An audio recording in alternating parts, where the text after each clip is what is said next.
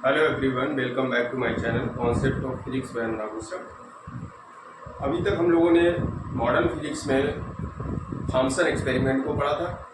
Thompson experiment में उसका जो पॉजिटिव पॉइंट थे वो ये थे कि चार्ज जो होता है, नंबर ऑफ इलेक्ट्रॉन्स होते हैं वो नंबर ऑफ प्रोटॉन्स के इक्वल होते हैं। मतलब धनावेशित चार्ज जो होता है वो ऋणावेशित चार्ज के बराबर होता है। मतलब जितना धनावेश होता है किसी एटम पे उतना ही ऋणावेश होता है। ये थॉमसन मॉडल में बताया गया था। इसके बाद थॉमसन मॉडल में ये बताया गया था कि पदार्थ हमारा जो होता है वो कैसा होता है, इलेक्ट्रिकली न्यूट्रल होता है, उदासीन होता है। लेकिन ड्रॉबैक्स रहे थॉमसन मॉडल की। ये तो उन्होंने बहुत अच्छा कॉन्सेप्ट दिया था जिसको अभी तक हम लोग समझते हैं। ये थॉमसन मॉडल में आया था। इसके बाद उसके ड्रॉबैक्स क्या थे, किसके कारण हमारा थॉमसन मॉडल फेल हो गया। उन्होंने जब न्यूट्रॉन की चैडविक ने खोज की थी तो न्यूट्रॉन के खोज के बाद में उन्होंने न्यूट्रॉन की स्टेबिलिटी क्या होती है नाभिक में, उस नाभिक में न्यूक्लियस में न्यूक्लियन स्टेबिलिटी को वो नहीं समझा पाए, तो उनका मॉडल हो गया वहाँ पे फेल। और उन्होंने क्या चीज़ें एक्सप्लेन की थी, तापायनिक उत्सर्जन और प्रकाश वैद्युत प्रभाव को उन्होंने एक्सप्लेन कर दिया था अपने मॉडल के अकॉर्डिंग। थॉमसन मॉडल में ही तापायनिक उत्सर्जन और प्रकाश वैद्युत प्रभाव का क्या हुआ था, एक्सप्लेनेशन हो गया था। एक्सप्लेन कौन सी घटनाएं नहीं कर पाए, अल्फा पार्टिकल की स्कैटरिंग को, जो अल्फा कण प्रकीर्णन का प्रयोग होता है, इसको वो एक्सप्लेन नहीं कर पाए। इसके बाद अल्फा कण जब उन्होंने एक्सप्लेन नहीं किया तो हाइड्रोजन नाभिक में जो हाइड्रोजन स्पेक्ट्रम होते हैं उस स्पेक्ट्रम को भी डिफाइन नहीं कर पाए। इसके बाद रदरफोर्ड के दो स्टूडेंट थे जिनके नाम थे ग्रीगर और मार्सटन। तो ये ग्रीगर और मार्सटन ने एक प्रयोग किया था, उस प्रयोग का नाम था अल्फा पार्टिकल स्कैटरिंग, मतलब अल्फा कण प्रकीर्णन का प्रयोग। अल्फा कण प्रकीर्णन का प्रयोग, इसमें ये रिसर्चर थे रदरफोर्ड के अंडर में ये काम करते थे, पीएचडी कर रहे थे वहाँ पे। तो ग्रीगर और मार्सटन एक रिसर्चर थे, स्टूडेंट ऑफ रदरफोर्ड। तो रदरफोर्ड एक्सपेरिमेंट था और ये रदरफोर्ड स्कैटरिंग के नाम से जाना गया। किया किसने काम था इसमें, ग्रीगर मार्सटन का प्रयोग था ये। तो ग्रीगर मार्सटन ने एक प्रयोग किया था, उस प्रयोग को हम लोगों को आज एक्सप्लेन करना है। इसमें क्या प्रयोग में था जिसके कारण थॉमसन मॉडल हमारा फेल हुआ, फिर उन्होंने क्या एक्सप्लेनेशन दिया, उस चीज को हमें समझना है। और न्यूक्लियस को कैसे डिफाइन किया, इलेक्ट्रॉन की क्या न्यूक्लियस के अंदर स्टेबिलिटी थी, इलेक्ट्रॉन किस जगह पे थे, प्रोटॉन कहाँ थे, न्यूट्रॉन किस जगह पे थे, इसका एक सेटिस्फैक्शन एक्सप्लेनेशन जो किया है वो किसने किया था, ग्रीगर और मार्सटन ने। तो आते हैं ग्रीगर मार्सटन के प्रयोग को देखते हैं। इन्होंने क्या किया था कि एक सोने की पन्नी ली थी, मतलब गोल्ड फाइल। पन्नी से मतलब समझ रहे हैं, क्योंकि जब कोई भी एटम अरेंज होते हैं तो एटम का अरेंजमेंट 3 डायमेंशनल होता है। एक इस पे भी एक लेयर ये हो गई और इसके ऊपर भी कई लेयर होंगी, उससे ऊपर होंगी लेयर। तो ये 3 डायमेंशनल ज्योमेट्री होती है। इस तरीके से आप समझ सकते हो, ये 3 डायमेंशन में एटम हमारा अरेंज होता है। ये 3 डायमेंशनल ज्योमेट्री, इस तरीके से एटम अरेंज होता है। तो जब कोई भी अल्फा पार्टिकल, अगर हमने पन्नी की जगह गोल्ड लेते और गोल्ड की फॉइल न लेते, तो इस तरह का कोई एटम लेते, तो अल्फा पार्टिकल अगर उस पर डाला जाता तो हो सकता है वो अल्फा पार्टिकल वहाँ पे एब्जॉर्ब हो जाता, या उसको हम एक्सप्लेन ना कर पाते, या मल्टी स्कैटरिंग होती उसकी। क्या हो जाती, मल्टी स्कैटरिंग, मतलब प्रकीर्णन कई तरीके से उसके प्रकीर्णन होते। तो हमने क्या किया, इस घटना को, जो यहाँ पे ये हमारी समस्या थी कि ये 3 डायमेंशन ज्योमेट्री में जो एटम हमारे अरेंज थे, हमें किसी एक एटम से अल्फा पार्टिकल की स्कैटरिंग को पढ़ना था। समझ में आ गया। गोल्ड, सोने की पन्नी क्यों ली, सोना गोल्ड का एक टुकड़ा क्यों नहीं लिया, इस चीज को हम बताना चाह रहे हैं और इस चीज को आप अच्छे से समझ लें। पन्नी लेने का मतलब क्या होता है कि सभी एटम हमारे 1 डायमेंशन में होंगे। सभी एटम किसमें होंगे, 1 डायमेंशन में, ना कि 3 डायमेंशन में। ये सभी एटम हमारे क्या होंगे, 1 डायमेंशन। इस पन्नी के अंदर जितने भी एटम होंगे वो 1 डायमेंशन में होंगे। मतलब कि कोई भी गोल्ड लिया उसको इतना पीटा गया है कि वन डायमेंशन लेयर बन गई, उसके जितने भी एटम है वन डायमेंशन। क्यों वन डायमेंशन में लिया?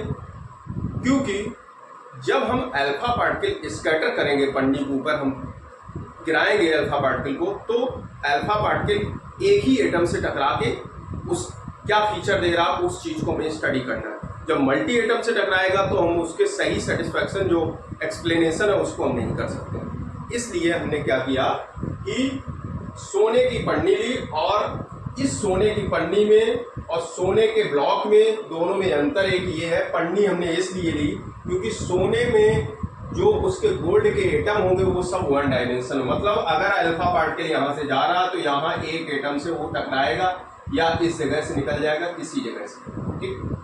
तो ये चीज यहाँ पे बात की। अब क्या किया उन्होंने, लेड का बॉक्स लिया। लेड का बॉक्स क्यों लिया? क्योंकि हमें यहाँ से क्या करना है, अल्फा पार्टिकल को, कोई रेडियो एक्टिव पदार्थ है, रेडियो एक्टिव पदार्थ से अल्फा बीटा गामा किरणें निकलती हैं। कोई ऐसा रेडियो एक्टिव पदार्थ हमने लिया है जिससे अल्फा कण निकल रहा है। अल्फा कण का मतलब क्या है? हीलियम नाभिक। अल्फा कण को बोलते हैं 2He4। मतलब क्या हो गया, नंबर ऑफ इलेक्ट्रॉन्स इसमें 2 हैं और नंबर ऑफ प्रोटॉन्स कितने हैं? 2। इसी को बोलते हैं अल्फा पार्टिकल। 2He4 को अल्फा पार्टिकल कहते हैं। किसी रेडियो एक्टिव पदार्थ से अगर अल्फा पार्टिकल निकल रहा है तो उसके परमाणु क्रमांक और परमाणु भार में अंतर हो जाता है, और अंतर परमाणु क्रमांक में 2 का, परमाणु भार में 4 का अंतर हो जाता है। तो ये अल्फा पार्टिकल इस रेडियो एक्टिव पदार्थ से जिससे अल्फा पार्टिकल निकल रहा है वो अल्फा पार्टिकल चारों दिशाओं में जाएगा। इसलिए लैड के द्वारा हमें केवल एक पुंज लेना है, सभी बाहर के जितने इधर उधर के अल्फा पार्टिकल वो एब्जॉर्ब हो जाएंगे। इसके बाद पुंज बनाने के लिए हमने सीमेंटेड ब्लॉक लगा दिए, जिससे जितने भी अल्फा पार्टिकल इधर उधर जा रहे हैं वो यहाँ पे रुक जाएं, और एक अल्फा पार्टिकल का मतलब एक अल्फा पार्टिकल का जो पुंज मिले वो लगातार यहाँ पे जाए। अब ये क्या हुआ, अल्फा पार्टिकल जो था, जो अल्फा यहाँ पे पार्टिकल था, अल्फा कण था, वो एक किरण के फॉर्म में था। ये अल्फा कण है और वो किस फॉर्म में है? एक किरण के। ये किरण के फॉर्म में किस पे गिर रहा है? सोने की पन्नी पे, गोल्ड फॉइल पे गिरा।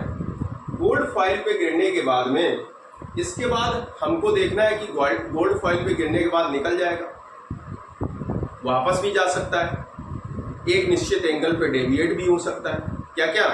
सीधा निकल सकता है, गोल्ड फॉइल से किसी एटम से टकरा के वापस भी आ सकता है, और एक निश्चित एंगल पे मुड़ भी सकता है, डेविएट हो सकता है। तो इन सब चीज़ों को देखने के लिए हमने क्या किया, एक फोटोग्राफिक प्लेट लगा दी। फोटोग्राफिक प्लेट क्या है? इसमें ZnS की कोटिंग होती है। ZnS क्या होता है? ये स्फुरदीप्त पदार्थ होता है। फ्लोरोसेंस और फास्फोरेंस दो तरीके की फिजिक्स में घटनाएं होती हैं।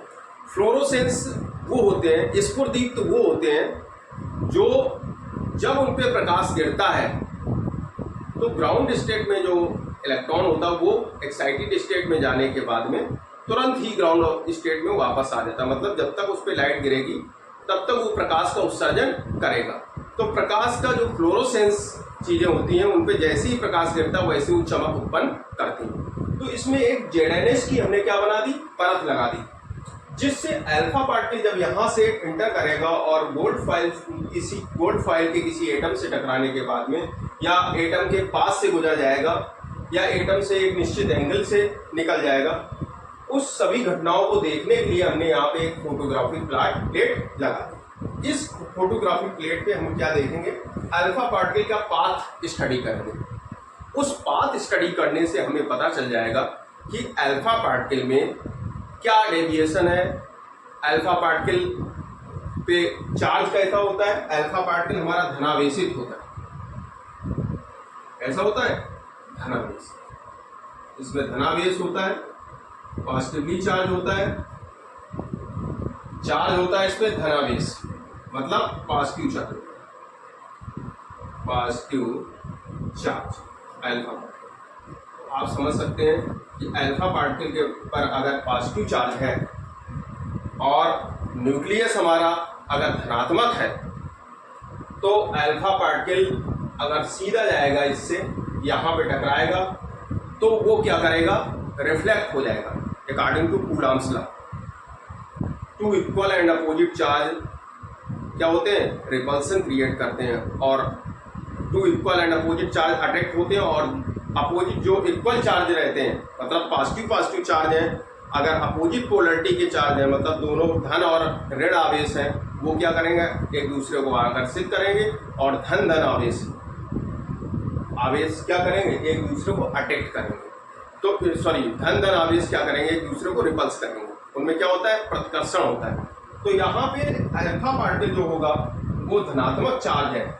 जब ये यहाँ से जाएगा और न्यूक्लियस पे टकराएगा, और न्यूक्लियस हमारा अगर पॉजिटिव है, क्योंकि फीचर थॉम्सन मॉडल में उन्होंने ये बताया था कि हमारा कोई भी एक धनावेशित गोला है, और उस गोले में वो कैसा है, धनावेशित है, और उसमें ऋणावेश जगह जगह, जैसे वाटरमेलन के बीज होते हैं, वो वाटरमेलन के सीड्स की तरह वो जगह जगह पे ऋणावेश धसे हुए हैं, मतलब क्या, इलेक्ट्रॉन उसमें धसे हुए हैं। ये बताया था थॉम्सन ने।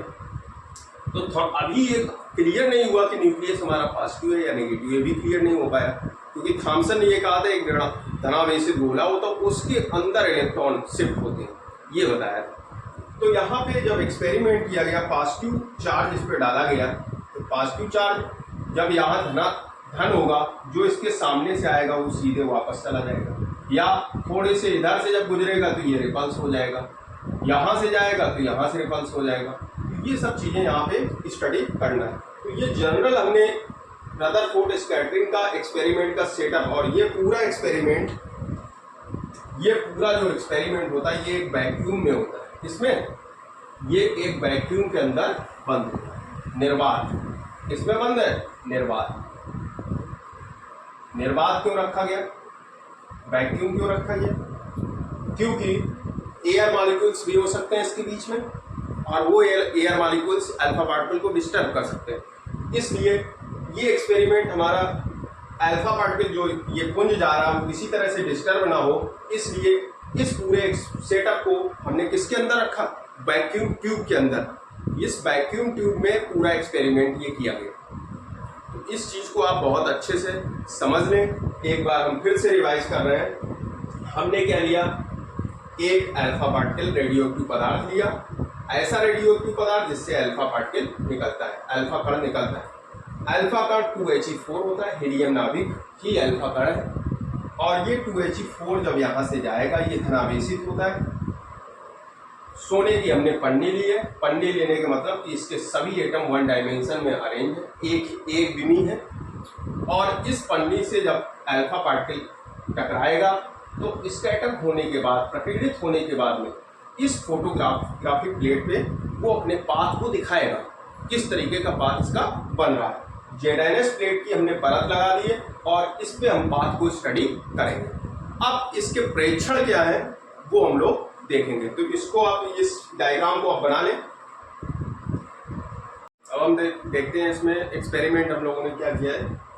मार्स्टन और ग्रेगर ने एक्सपेरिमेंट इस पे किए थे, और वो एक्सपेरिमेंट आपने अभी एक्सपेरिमेंटल सेटअप देखा कि जो एक्सपेरिमेंट किया गया टोटल उसका सेटअप था वो वैक्यूम ट्यूब के अंदर था। एयर मॉलिक्यूल से स्कैटर ना हो अल्फा पार्टिकल, इसलिए पूरे वैक्यूम ट्यूब में पूरे एक्सपेरिमेंट को रखा था। इसमें पहला प्रेक्षण जो मिला वो ये मिला, अधिकांश अल्फा किरणें सीधी निकल गई बिना विक्षेपित हुए। इसका मतलब क्या है, रिजल्ट में क्या होगा, इस रिजल्ट इसका ये बता रहा है कि अगर अल्फा किरणें सीधी निकल गई, सभी अधिकांश जो अल्फा किरणें थी सीधी निकल गई, तो सीधी निकलने का मतलब ये हो गया कि कोई भी परमाणु है उसका अधिकांश भाग क्या होगा, खोखला। इसका रिजल्ट ये हो गया, परमाणु का अधिकांश भाग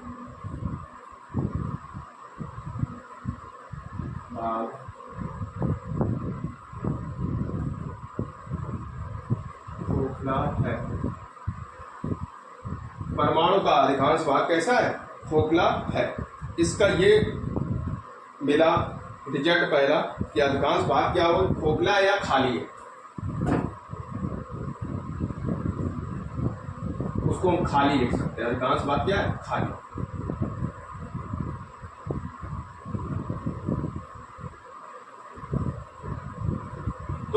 इस रिजल्ट में हमने क्या लिया था, एक लेड का बॉक्स लिया था। लेड बॉक्स के अंदर हमने एक क्या लिया था, एक रेडियो एक्टिव पदार्थ रखा है, रेडियो एक्टिव पदार्थ, active substance, radio active substance, radio active पदार्थ लिया था। और इससे क्या चल रही थी, किरणें चल रही थी। कौन सी, अल्फा कण चल रहे थे। क्या चल रहे थे, अल्फा किरणें। वो कहाँ टकराई थी, एक हमारी रखी थी गोल्ड फाइल, और इस गोल्ड फाइल से क्या हुई, टकराई इससे।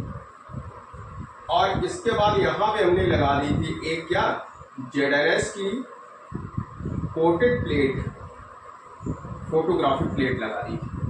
अब क्या हुआ, जब अल्फा का पार्टिकल्स यहाँ से गए इस तरीके से, तो अधिकांश अल्फा पार्टिकल सीधे इस ZNS प्लेट पे चमक उत्पन्न कर रहे थे, सीधे चमक, मतलब कोई भी उनमें डेविएशन नहीं हुआ, विक्षेपित नहीं हुए, बिना विक्षेपित हुए निकल गए। इसका मतलब ये हुआ कि कोई भी हमारा परमाणु है उसका क्या है, अधिकांश भाग खोखला। तो इस एक्सपेरिमेंट को आपने इस तरीके से देखा, और हम लोग कैसे देख सकते हैं, जैसे ये न्यूक्लियस हमारा हो गया, और इसके बाहर से जब गुजरेंगे अल्फा पार्टिकल तो वो सीधे निकल जाएंगे, मतलब दूर से गुजर रहे हैं इससे, वो सीधे जाएंगे, इस न्यूक्लियस से सीधे निकल जाएंगे। तो पहला एक्सपेरिमेंट ये हुआ कि अधिकांश अल्फा कण सीधे निकल गए, सीधी निकल गई अल्फा किरणें। इसका मतलब ये हुआ कि परमाणु का अधिकांश भाग खाली। इसको आप नोट कर लीजिए। सेकंड पॉइंट है एक्सपेरिमेंट का। सेकंड एक्सपेरिमेंट क्या हुआ, कुछ अल्फा किरणें सूक्ष्म कोण पर विक्षेपित हो गई। तो सूक्ष्म कोण पर अगर विक्षेपित हो जा रही हैं तो आपको पता होना चाहिए कि यहाँ पे हमने क्या लिया था, एक रेडियो एक्टिव सब्सटेंस लिया, इससे अल्फा किरणें निकल रही हैं, और वो अल्फा किरणें इस गोल्ड फाइल पे टकराती हैं। यहाँ पे गोल्ड फाइल में क्या है, एटम है, और यहाँ से टकराने के बाद में ये अल्फा जो किरणें थी वो ZNS प्लेट पे, जो ZNS प्लेट हमने लगाई थी, इस प्लेट पे एक छोटा सा, मतलब एक निश्चित एंगल से डेविएट हो जाएगी, थोड़ा सा डिफरेंस आ रहा है, मतलब एक थीटा एंगल से ये क्या हुई, यहाँ से मुड़ गई, सीधे जाने के बाद थीटा एंगल पे डेविएट हो गई। इसका मतलब क्या है कि अल्फा कण जो होता है वो कैसा है, जो अल्फा कण है या अल्फा किरणें हैं वो कैसी हैं, पॉजिटिव है, धनावेशित है, इन पे धन आवेश है। तो धन आवेश कब रिफ्लेक्ट होगा, जब इसके सेंटर में धन आवेश होगा यहाँ पे, तो धन धन को क्या करेगा, प्रतिकर्षित करेगा, धन और धन को क्या कर देगा, प्रतिकर्षित करेगा। इसका मतलब क्या है, परमाणु के केंद्र में रिजल्ट क्या इसका आया, परमाणु क्या मिला, इसका परिणाम क्या मिला, जो रिजल्ट आया इससे पता चला कि परमाणु के केंद्र में, नोट करते जाओ भाई, परमाणु के केंद्र में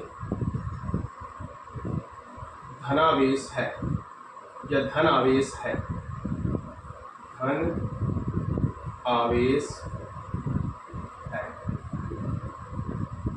पॉजिटिव चार्ज, पॉजिटिव चार्ज है।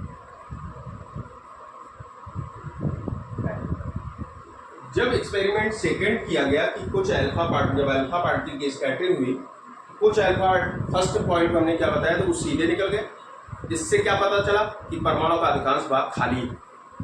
लेकिन कुछ अल्फा पार्टिकल एक सूक्ष्म एंगल पे मुड़ गए, विक्षेपित हो गए, इससे पता चल रहा है कि परमाणु के केंद्र में धन आवेश है। धन आवेश कैसे पता चला, क्योंकि अल्फा पार्टिकल हमारा क्या लिए, धन आवेश लिए, क्योंकि केंद्र दूर विक्षेपित हो रहे हैं, ZNS प्लेट पे दूर की तरफ जा रहे हैं। इसका मतलब क्या है कि सेंटर में कोई ऐसा चार्ज है जो इस चार्ज के बराबर चार्ज, मतलब आवेश का जो समान आवेश है, तभी ये क्या होगा, विक्षेपित होगा। तो इस सेकेंड एक्सपेरिमेंट से न्यूक्लियस में जो चार्ज होता है उसको धनात्मकता का पता चला कि वो धनात्मक होता है सेकेंड एक्सपेरिमेंट में। इसीलिए हमने कहा था थॉम्सन एक्सपेरिमेंट में ये क्लियर नहीं था। उसने ये कहा था कि क्या थॉम्सन ने ये बताया था कि जो न्यूक्लियस होता है वो हमारा पॉजिटिवली चार्ज है, मतलब धनावेशित गोला होता है, उसके अंदर इलेक्ट्रॉन धसे होते हैं, ये उसने ये बताया था एक्सपेरिमेंट में। लेकिन ग्रेगर मास्टर ने ये कहा कि अल्फा पार्टिकल का अधिकांश भाग खोखला होता है, तो कुछ अल्फा पार्टिकल हमारे जो नाभिक होता है उसका अधिकांश भाग खोखला है, कुछ अल्फा पार्टिकल जो होते हैं अल्फा किरणें सीधी निकल गई। सेकेंड एक्सपेरिमेंट में उन्होंने बताया कि कुछ अल्फा किरणें सूक्ष्म एंगल पे मुड़ गई, डेविएट हो गई। इसका मतलब ये हुआ कि परमाणु के केंद्र में धनावेश है, पॉजिटिव चार्ज है। इसको नोट कर लें।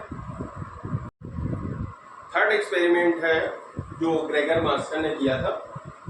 कुछ बुक में 20,000 अल्फा कण का स्कैटरिंग की गई, उसी में 12,000 लिखा है, 12,000 या 12,000, और किसी में लिखा है 8,000। अल्फा कण में एक कण वापस आ गया। अल्फा पार्टिकल जब स्कैटरिंग की गई उसमें कोई एक पार्ट, मतलब बहुत ही कम जो अल्फा किरणें थी जो वापस आई। इसका मतलब क्या हुआ कि जब 12,000 अल्फा किरणें डाली जा रही या 20,000 अल्फा किरणें डाली जा रही, उसमें कोई एक अल्फा कण। इसका मतलब ये हुआ कि परमाणु जो हमारा है उसमें जो धनावेश है वो बहुत ही छोटे भाग में संकेंद्रित है, मतलब बहुत ही छोटे भाग में छोटा है। धनावेश क्या है? बहुत ही छोटा है, लेकिन बहुत ही स्ट्रांग है। स्ट्रांग धनावेश है और एक छोटे से भाग में, उस परमाणु के एक छोटे से भाग में वो धनावेश है। किसी बुक में 20,000 लिखा होगा, किसी में 12,000, 8,000, मतलब किसी बुक के हिसाब से है। किसी बुक में लिखा है 8,000 अल्फा कण डाले गए, किसी में 20,000 अल्फा कण। तो एक्सपेरिमेंट है, हमने सभी का इसमें नोट कर लिया। उसमें कोई एक अल्फा कण, मतलब बहुत ज्यादा अल्फा कण डाले गए, उसमें कोई एक अल्फा कण वापस आया। इसका मतलब यह हुआ परमाणु में धनावेश भाग है वो बहुत ही छोटा है। परमाणु का धनावेशित भाग बहुत छोटा है। इस तरह से एक्सपेरिमेंट किया गया। ये एक्सपेरिमेंट की समरी हो गई और उस चीज को आप समझ सकते हैं। फर्स्ट पॉइंट में क्या बताया था हमने कि जो अल्फा किरणें डाली गई वो सीधी निकल गई। इसका मतलब क्या हुआ कि परमाणु का अधिकांश भाग खोखला है या खाली है, मतलब इसमें क्या है? स्पेसिंग है, बहुत ही ज्यादा स्पेस है, तो वो सीधी किरणें ये निकल गई। सीधी किरणें आपके सामने, ये सीधी किरणें, ये अल्फा किरणें यहाँ से सीधी निकल गई बिना विक्षेपित, विदाउट डेविएटेड, बिना विक्षेपित, बिना विक्षेपित हुए निकल गए अल्फा किरणें। लेकिन कुछ अल्फा किरणें क्या हुई? एक निश्चित एंगल पे मुड़ गई, जैसे एक ये थीटा कोण पे मुड़ गई। मतलब ये अल्फा किरणों में क्या हुआ? ये क्या हुई? विक्षेपित हो गई, विक्षेपित हुई, ये विक्षेपित हो गई। यहां पे आने के बाद विक्षेपित हो गई। इसका मतलब क्या हुआ कि परमाणु के केंद्र में धनावेश है। क्यों? क्योंकि जो अल्फा किरणें हैं, जो अल्फा कण है वो धनावेश लिए हुए, इनमें क्या है? धनावेश। जब ये धनावेश इधर से आएगा और यहाँ धनावेश है, ये धन आवेश है, तो ये धन आवेश क्या करेगा? इस धन आवेश ये प्रतिकर्षित करेगा, क्योंकि बहुत ही स्ट्रांग है। ये क्या है? बहुत ही स्ट्रांग है, तो ये इसको क्या कर देगा? प्रतिकर्षित कर देगा। तो प्रतिकर्षण के कारण ये क्या हुई? विक्षेपित हो गई। प्रतिकर्षण के कारण विक्षेपित हुए। फर्स्ट पॉइंट समझ गए। सेकंड पॉइंट आप समझ गए कि केंद्र में क्या है? धनावेश। इसके बाद उसने ये बताया कि जब इस पे 20,000 या 8,000 अल्फा किरणें डाली गई, तो उसमें कोई एक अल्फा कण, जिसको रेड से दिखाया है, ये अल्फा कण वापस आ गई। ये वापस आ गई, इसका मतलब क्या है? परमाणु के केंद्र में बहुत ही छोटा, बहुत छोटा धनावेश, बहुत छोटा धनावेश है। मतलब एक जो स्मॉल पॉजिटिव चार्ज है, लेकिन इसकी जो स्ट्रेंथ है वो बहुत ही ज्यादा है। अल्फा कण यहाँ पे गया और वो वापस आ गया। यहाँ क्या हुआ, प्रतिकर्षण हो गया। क्या हुआ, प्रतिकर्षण, रिपल्सन हुआ। जो बिल्कुल सीधे गया अल्फा कण वो वापस आ गया। ये प्रतिकर्षित कर दिया गया है इस नाभिक के द्वारा। ये जो नाभिक में पॉजिटिव चार्ज है इसके द्वारा वापस आ गया। इसका मतलब क्या है, केंद्र में क्या है, रिजल्ट क्या आया, ग्रेगर मास्टर के द्वारा अच्छा है। ये जो अल्फा कण दिखा था, यहाँ तो हमने जेडएनएस प्लेट लगाई थी। इस जगह पे क्या थी, एक जेडएनएस की प्लेट थी यहाँ पे। तो ये तो एक्सपेरिमेंट हमारा जेडएनएस प्लेट पे शो किया। जेडएनएस प्लेट पे जिस तरीके से फ्लोरोसेंस हुआ और इस जेडएनएस प्लेट पे, तो यहाँ पे तो चमक उत्पन्न हुई, उससे हम समझ गए। लेकिन जब ये अल्फा कण वापस आ गया, जेडएनएस प्लेट पे नहीं गया, तो आप बता सकते कैसे पता चला ये वापस आ गया। एक जेडएनएस प्लेट यहाँ भी उन्होंने लगा के रखी थी एक्सपेरिमेंट में, क्योंकि ये टोटल एक्सपेरिमेंट हमारा किसमें, ये एक वैक्यूम ट्यूब में बंद है। तो इसकी जो चमक जो वापस आया, उसकी चमक इस जेडएनएस प्लेट पे मिली वापस आने वाले के। और ये पूरा एक्सपेरिमेंट हमारा बंद है किसमें, वैक्यूम ट्यूब में। तो जो अल्फा कण वापस आया, वो जो इसके बैक साइड में जेडएनएस प्लेट लगी थी उस पर उसकी चमक मिली। और वो चमक जो मिली वो बहुत ही देर में, मतलब जब बहुत से अल्फा पार्टिकल स्कैटर किए गए गोल्ड फाइल पे, सोने की पन्नी पे, तो बहुत कम अल्फा पार्टिकल ऐसे थे जो वापस आए। तो इससे जो रिजल्ट हमारा मिला वो मिला परमाणु में धनावेश बहुत छोटा है, मतलब बहुत ही छोटे क्षेत्र में वो कॉन्सेंट्रिक, मतलब एक जगह संरक्षित है, बहुत ही छोटे क्षेत्र में रखा हुआ है। तो ये रिजल्ट हमें मिले। ये तीनों रिजल्ट ग्रेगर मास्टर ने दिए थे। अब हमें नेक्स्ट में पढ़ना है रदरफोर्ड एटॉमिक मॉडल क्या था, उसको हम बताएंगे। आई होप आपको ये वीडियो पसंद आया होगा। प्लीज़ चैनल को लाइक एंड सब्सक्राइब करें और बेल आइकन को प्रेस करें तथा अपने दोस्तों के साथ शेयर जरूर करें। Thank you.